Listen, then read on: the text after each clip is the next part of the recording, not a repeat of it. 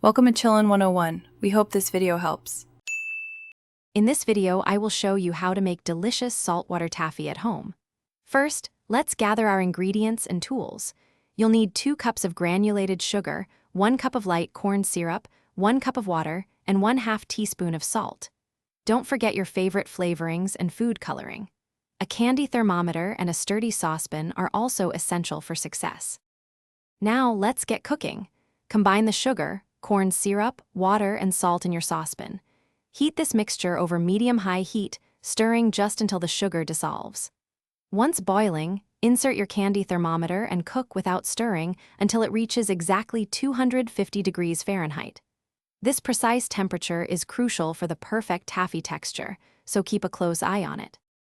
Once your mixture hits 250 degrees, carefully pour it onto a well-buttered heat-proof surface, like a marble slab or baking sheet. This is the perfect time to add your desired flavorings and a few drops of food coloring. Let the taffy cool for about 15 to 20 minutes. It should be warm enough to work with, but cool enough to handle comfortably without burning your hands. Now for the fun part, pulling the taffy. Grease your hands lightly and begin stretching and folding the taffy. As you pull, air incorporates, making it lighter in color and more opaque.